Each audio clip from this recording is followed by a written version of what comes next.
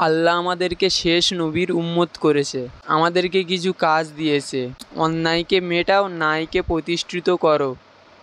এই কথাটা কিন্তু সব আলেম উলামারা বলে না। পীরজাদা আব্বাস সিদ্দিকী ভাইজান এই কথাটা বারবার বলে, কিন্তু আমরা অনেকে গুরুত্ব দিই না, গুরুত্বহীন মনে করি যে ভাইজান বলছে, অত গুরুত্ব দেওয়ার দরকার নেই।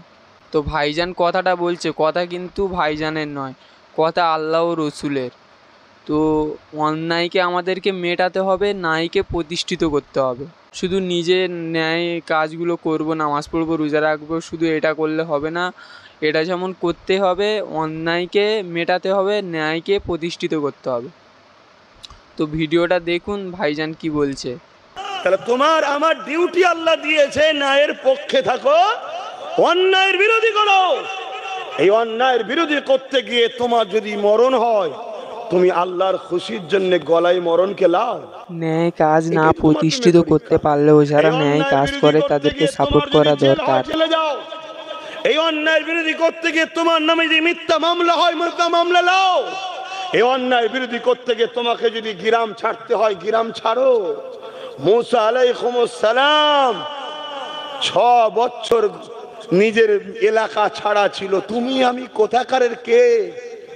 আল্লাহকে তারা কতটা ভালোবাসে, আল্লাহ তাদেরকে পরীক্ষা নিচ্ছে, নবীদেরকে পরীক্ষা নিয়েছে, দিয়ে আমাদেরকে দেখিয়েছে, দেখো আমার মাহবুবের সঙ্গে কি হচ্ছে। দেখো, শুকরিয়া আদায় করো যে আল্লাহ তোমাদেরকে এখনো অনেক ভালো রেখেছে, এখনো সময় আছে। মরণ তো হবেই।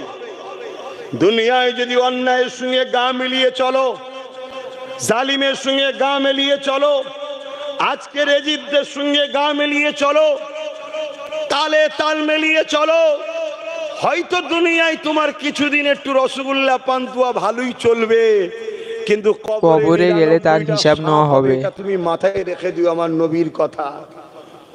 আর তুমি যদি মনে করো না আমার আখিরাতে শান্তি দরকার, তাহলে তুমি দুনিয়ার হকের পক্ষে থাকো, ন্যায়ের পক্ষে থাকো, ইনসাফের পক্ষে থাকো। অবশ্যই তোমার দ্বারাই এই জমিনের বিধবা হক পাবে, এতিম হক পাবে, জুলুম খতম হবে, বেইনসাফি খতম হবে, নেশা খতম হবে। এই জমিনে আবার ইসলামের যে মূল ধারা, সেই ধারা আবার প্রতিষ্ঠিত হবে। জোরে বলুন সুবহানাল্লাহ, সুবহানাল্লাহ, সুবহানাল্লাহ। তুমি সেই কাজ করবে না? আল্লাহ তোমায় যৌবন দিয়েছে, তাকত দিয়েছে, হাত দিয়েছে, পা দিয়েছে। আল্লাহ দিয়ে হাত দিয়ে তুমি ইসলামের বিরুদ্ধে কাজ করো, ইসলামের পক্ষে কাজ করবে কবে? আল্লাহ দিয়া পা দিয়ে ইসলামের বিরুদ্ধে হাঁটছো, ইসলামের পক্ষে হাঁটবে কবে?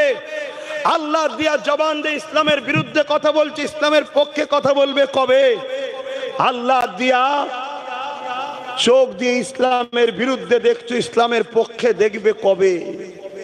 এখনো সময় আছে যুবক, ফিরে আসো, এখনো সময়।